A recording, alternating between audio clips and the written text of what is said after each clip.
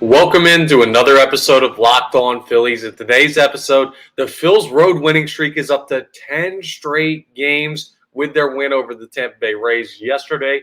A great one, including a great start by Aaron Nola. Plus, we have an all-star update. A very deserving Philly will be in Seattle. And finally, a little bit of news on Andrew Painter that kind of got buried on the 4th of July. We'll discuss all of that on today's episode of Locked On Phillies. You are Locked On Phillies, your daily Philadelphia Phillies podcast. Part of the Locked On Podcast Network, your team every day.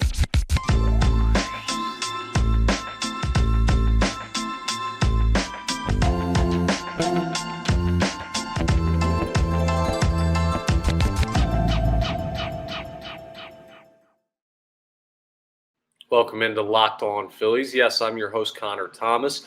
Thank you so much for checking us out today. Make sure you're rating and reviewing wherever you get your podcasts. If you're not watching on YouTube, if you are watching on YouTube, thank you so much for checking us out in video form, and appreciate you subscribing if you haven't done so yet to the Locked On Phillies YouTube channel. Locked On Phillies is part of the Locked On Podcast Network, your team every day. And today's episode is brought to you by Ibotta.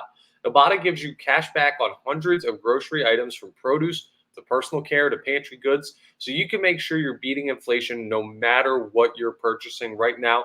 Ibotta is offering our listeners $5 just for trying Ibotta by downloading the free Ibotta app and using code MLB. That's Ibotta, spelled Ibotta. So go ahead and check them out. A new sponsor. I'll tell you more about them later. But let's jump into our fighting Phils. It was a busy couple of days. And with the holiday, things got a little bit hectic as far as days that I was not down the shore or at the beach or whatever. So I haven't heard from you in a bit. And I haven't heard from you guys in a bit. And you might not have heard from the Phillies in a little bit, because with people traveling and everything like that, sometimes people miss the games. Well, we know that they dropped 2 of 3 to the Washington Nationals in a series that they really should have won. And that annoyed some people, and I get that. And people were saying, oh, you can't afford to lose those games. Sure, but you kind of can. It's annoying too, and it's not the best case scenario, but we talked a couple episodes ago, I should say, about realistic expectations, and sometimes you're going to drop 2 of 3 to a team that's worse than you. Now, Philly should have been able to win probably both of those games that they lost, but bottom line is that series over and done. You're still in fine shape record-wise and everything like that. And you move on to Tampa Bay. And yesterday, Aaron Nola took the mound against Zach Eflin. We had a little matchup of some good friends who came up together in the Phillies system, who ended up being part of a National League Championship team together last year. We know they're tight. Of course, we know Zach Eflin was a well-liked guy in his locker room before he went and got the biggest free agent contract in Tampa Bay Rays history. So, very interesting, intriguing, emotional matchup there. And it's one of also very talented pitchers. Nola, yes, still very talented, even though he's not very consistent. And Eflin has been incredible this year for the Tampa Bay Rays. So you knew the offense was going to have to try and scrape runs across. And, well, they did enough. The Phillies win 3-1. Aaron Nola was incredible. So the Phillies scored in the second. Bryce Stott hit a double, and then Alec Boehm hit an RBI. Had an RBI hit to make it 1-0. The next run was a score till the 7th inning, because Eflin was that good and Nola was even better. And the 7th inning was a Bryson Stott RBI hit that went ahead and scored Bryce Harper. Then in the 8th, Bryce Harper had an RBI single to score Kyle Schwarber to make it 3-0. Should have been more than a single. Harper actually hit it off the wall, which is a good sign that his power's coming back. But a bad sign is he doesn't really have a feel for it, because he thought it was out. He was kind of walking it, watching it go, and it hit off the wall, and he ended up just at first. But that's okay. 3-0, no harm, no foul. Wander Franco got a home run off of Aaron Nola in the bottom of the 8th to make it 3-1, and that's it. Bullpen went ahead and closed everything down. Jose Alvarado went 2/3 of an inning to close out the 8th, and then Craig Kimbrell closed out the actual game for the save.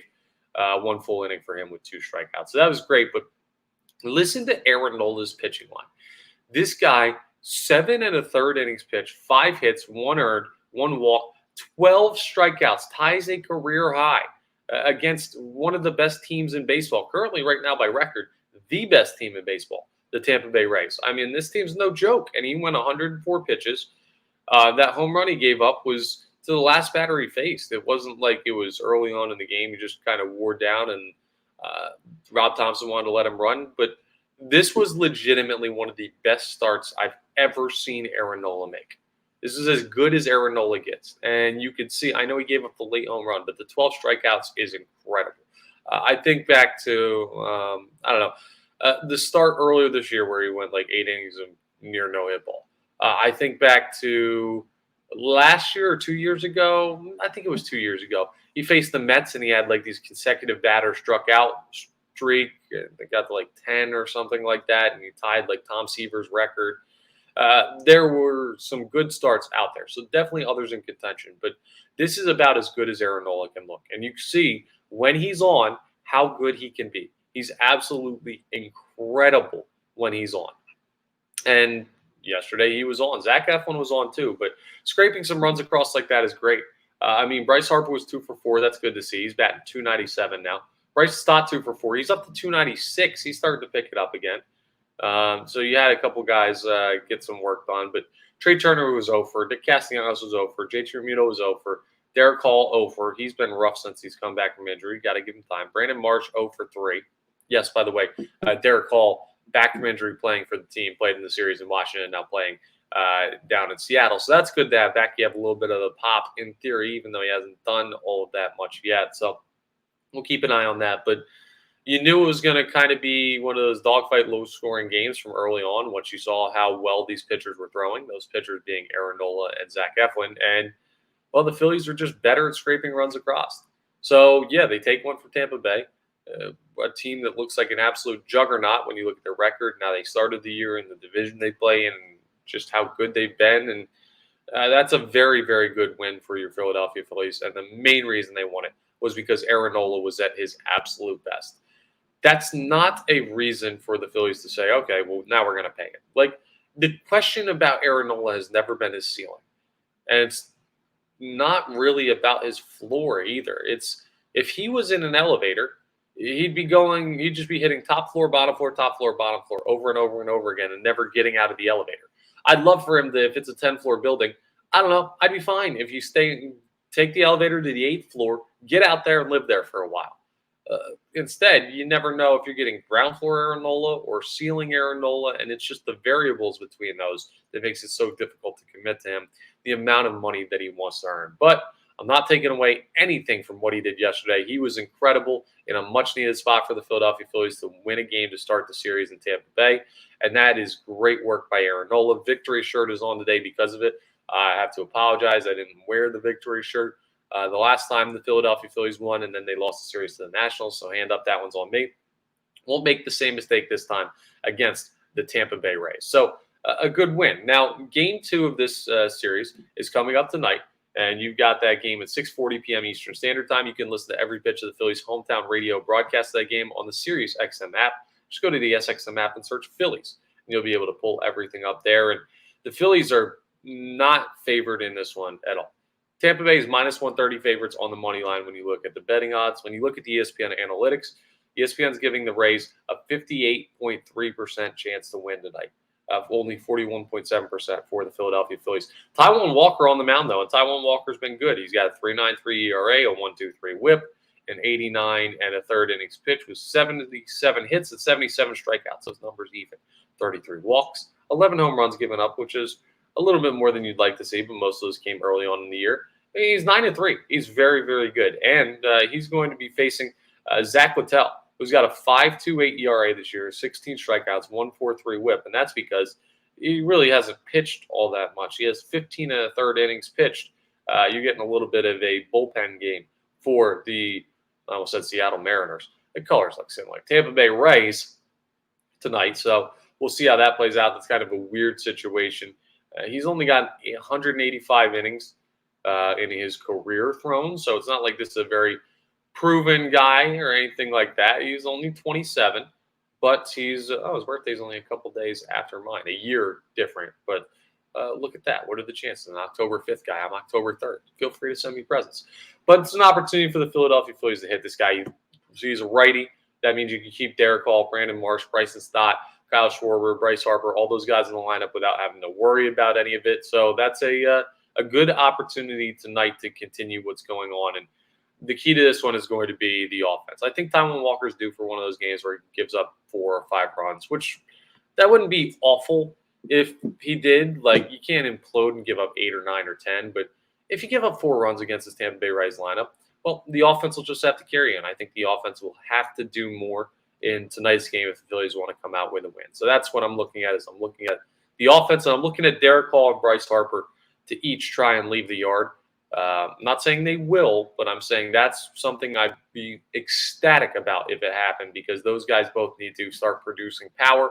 Hall a little bit more leeway because he just came back, but Harper, he's been on a long streak without hitting a home run. So we'll see if they can do it tonight. But again, Phillies, Rays, 6:40 p.m. Eastern Standard Time. You can listen to every pitch of the Phillies hometown radio broadcast on the Sirius XM app.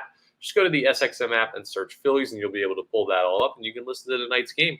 And hopefully the 11th straight road win for your Philadelphia Phillies. We'll go ahead and see. Coming up, we're going to talk a little All-Star game, though. Phils have the All-Star break coming up at the end of this week. Well, everybody does. And a very deserving representative is heading to Seattle. We'll talk about it as we continue Locked On Phillies. All right, let me tell you about our newest sponsor here, okay? I want to tell you about Ibotta. So, picking up burgers and hot dogs for a summer barbecue, you know you're already doing it. So why not get cash back for it with Ibotta? Come on. That's an easy. When I read this, I was like, okay, this is a no-brainer to use. It's officially summer, and a new season means new clothes.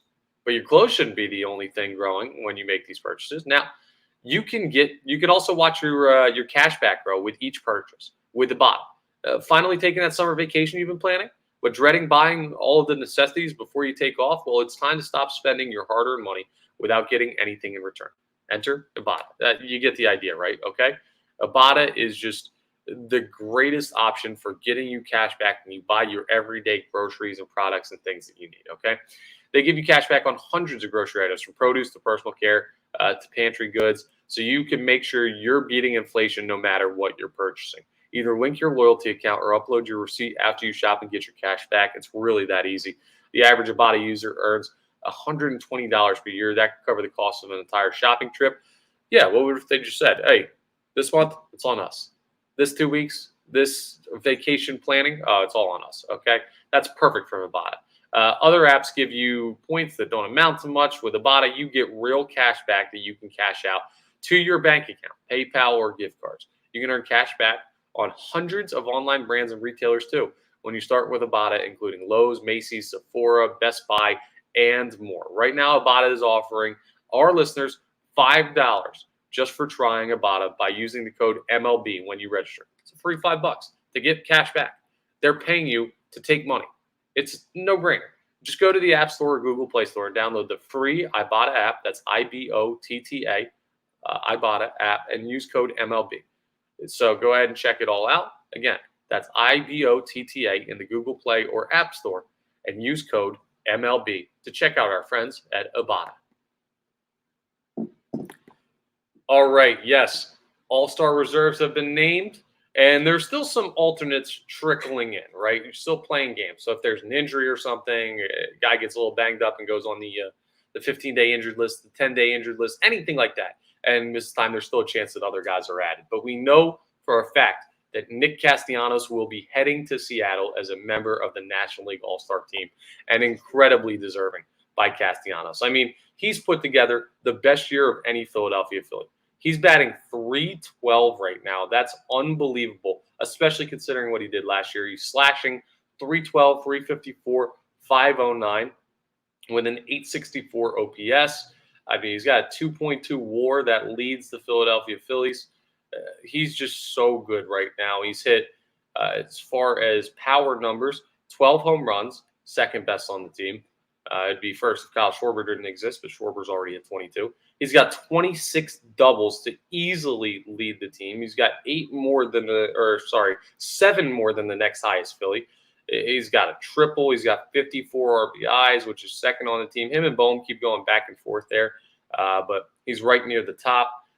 23 walks. Now, he's got 88 strikeouts, which he's still striking out a good amount, but Bottom line is the guy's being incredibly productive. He's played a solid right field. He totally deserves to be there. I can't believe he's not starting in the outfield for the NL All-Star team. It's kind of a bit of a snub that he's not a All-Star starter, but we'll take just getting Nick Castellanos to go because he deserves it. Think back to this point last year. The Phillies had just had a hot month of June for the first time with Rob Thompson taking over for Joe Girardi. But Nick Castellanos was kind of in that Trey Turner zone right now. In that, is this guy ever going to figure it out? Was this a bad deal? Was this a bad decision? This guy's really hurting this team right now. He's not what we thought we were getting. The fan base is starting to turn a little bit on them and not have faith in them. And that's what Nick Castellanos was last year. Now, Trey Turner's a little bit different of an overlook because Turner has been consistently good forever. Like, he just doesn't have years like this, and he's happening to have one, but I don't think there's any doubts about the long-term benefit of having Trey Turner on your baseball team and that contract and everything there. Like, I would go back and do the Trey Turner deal, no question, easily today, even knowing what I know now. But there are people, and myself included, who are questioning the Nick Castellanos deal last year a lot more than we're questioning Trey Turner right now.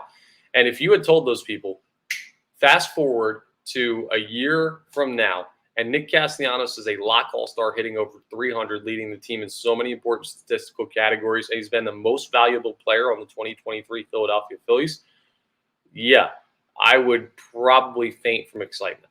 But that's what happened. That's what you're dealing with right now. This turnaround has been incredible. And we talked about it all offseason. But it's one of those weird things, right? You always, in spring training, have those narratives about, oh, this guy, he's developed a new pitch. He's going to be this good. Oh, this young prospect, well, there's so much news about him out there. He's going to be the next big thing when the major league team calls him up. Oh, this guy, he had a rough year, but statistically it says he's going to bounce back because he always kind of has a rough year. It's the first time he's at a new place. Talking about Nick Castellanos, obviously, in this instance, but people all said it this offseason.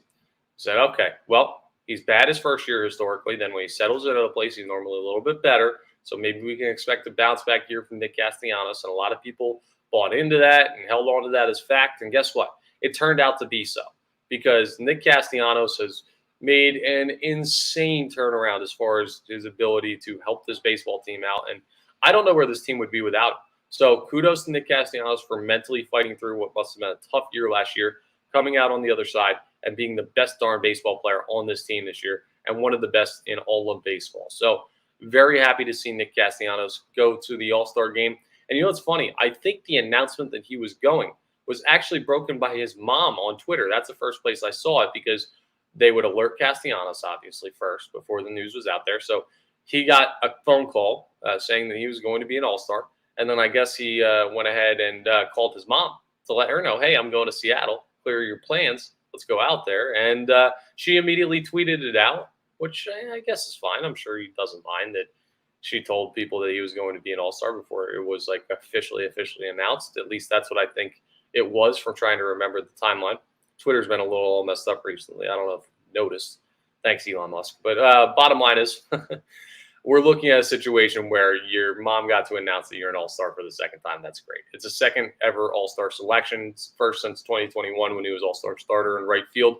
When he was a member of the Reds, fully deserving by Nick Castellanos, and super happy for him. So if you're tuning into the All-Star game on Tuesday, July 11th, you will be able to watch Nick Castellanos play baseball to some extent, not as a starter, but he'll be out there wearing the Philadelphia Phillies uniform as Rob Thompson manages that game. So I wanted to give him his props, especially for what he's done for the Philadelphia Phillies, not just making the All-Star team, but helping carry this team. It's been a huge year for Nick Castellanos, and hopefully he continues. He's got a chance to do it again tonight, though, as the Phillies take on the Rays, 6:40 p.m. Eastern Standard Time, Game 2 of that series, looking to extend the road winning streak to 11. You can listen to every pitch of the Phillies' hometown radio broadcast of that game on the Sirius XM app. Just go to the SXM app and search Phillies, and you'll be able to pull up that game at 6:40 p.m. Eastern Standard Time. Hopefully it is a good win for your Philadelphia Phillies tonight. I can wear this victory shirt again tomorrow. Coming up, though, we had some not so great news about the Philadelphia Phillies, dealing with a guy we've been looking for all year long. I'll discuss as we wrap up Locked On Phillies. Yes, so a 4th of July news dump. We got a notification, parts unknown, to parts known, Andrew Painter has finally resurfaced in the news cycle. We haven't heard anything about Andrew Painter for like months. It's been impossible to get any information about what he's doing besides like every 2 weeks they'd be like, oh, he's throwing the bullpen now. Oh, no, he's long tossing. Like all this stuff. We haven't gotten anything too in detail. But then we found out yesterday that Andrew Painter was supposed to face live hitters for the first time since having his UCL strain or UCL sprain. Sprain or strain? It's been so long I don't even remember. His UCL injury. And he was supposed to step on the mound and throw against live hitters, and that did not happen because he was getting ready for that. He felt some stiffness, and they went ahead and shut it down. I don't know what that means as far as a setback for him. I don't know what all of this means as far as where he's at being ready to return for the Philadelphia Phillies. Well, I guess return to baseball first and then get the call up to the Philadelphia Phillies. But it's another setback on the long recovery plan that we were hoping we wouldn't have to go through this year because you really wanted to see the kid pitch at the major league level. He's the top pitching prospect in baseball. So that's a bit of a shame. And it starts to make you a little bit worried. Like every setback that happens with Andrew Painter makes you a little more worried that this arm issue or arm issues are going to be a problem for him over the course of his career. Now, I don't think anyone should be freaking out over this. It's just a little inconvenient because the sooner he comes back, the better, the healthier, all that good stuff. But again, the major league team's playing well. The starting pitching has been incredible as of late. So there's no rush to get Andrew Painter up here to the major league level. I do still think he'll debut at some point this year. It's only July. Phillies are just at the halfway point. So you got an opportunity to bring him up in August, September, anything like that. Now, I would have preferred to see him get his feet wet a little bit before games that are going to be important down the stretch. But yeah, Andrew Painter, a little bit of a setback, and that's a bit of a pain. So that's the bad news. But one bit of good news, and I'm sure you're already aware of this, but just something, I don't know if you checked the standings. Andrew Painter aside, a little shot and chaser here for you, if you will, the bad news and now the good. I don't know if my ESPN app's right. You might want to go ahead and check this. But according to this, and according to everywhere else you can check it, the Philadelphia Phillies are now 0 games back of a wild card spot. If the season ended today, the Philadelphia Phillies are currently listed as the 3rd wild card seed. Now, it's too early to worry about tiebreakers. I don't know if it's tiebreakers or anything like that. But, you know what? Actually, it is because they have winning percentage. So right now, at the end of the year, if you all have the same number of wins or same number of losses, your winning percentage will be the same. But because the Phillies have played slightly less games than the Giants and the Brewers, who are also tied with them, the Phillies, if the season ended today, would be your 3rd wild card team in the National League. Their run differential is up to +8. They're in a playoff spot, and it's not even the All-Star break yet. So all the people who are worried about, oh, this team's falling apart, this team has no chance, they need to make moves, they need to do this, that, and the other thing. They're in a playoff spot at the halfway point, which is, pretty darn good considering how they started. And they're only getting better, and the schedule will have easier spots, and they're playing better baseball. But the Philadelphia Phillies are fine, as I've told you they are all year, and that should make you feel good as a fan. They're only 1.5 games back of the Dodgers for the 2nd wild card spot, and 3.5 games back from the Marlins, who they'll see for 3 games coming up when they get done in Tampa. So by the end of the week, I don't know. Who knows? Could the Phillies be in the 1st wild card spot? Certainly possible. They'd have to get really hot and play the Rays and Marlins well. We're both 2 quality teams, but bottom line is the Philadelphia Phillies are in a good spot, and they're making waves now finally in the playoff picture. That's all good. Need another win tonight. Take on the Rays. Everybody cross your fingers, root for Taijuan Walker and the offense, and hope they can get it done. But it's good times right now for the Philadelphia Phillies, and hopefully we're talking about another win on tomorrow's episode. Thank you so much for checking us out. That's all for today's episode. Appreciate it very much. Make sure you're rating, reviewing, subscribing, all that good stuff like I told you about. Subscribe to the YouTube.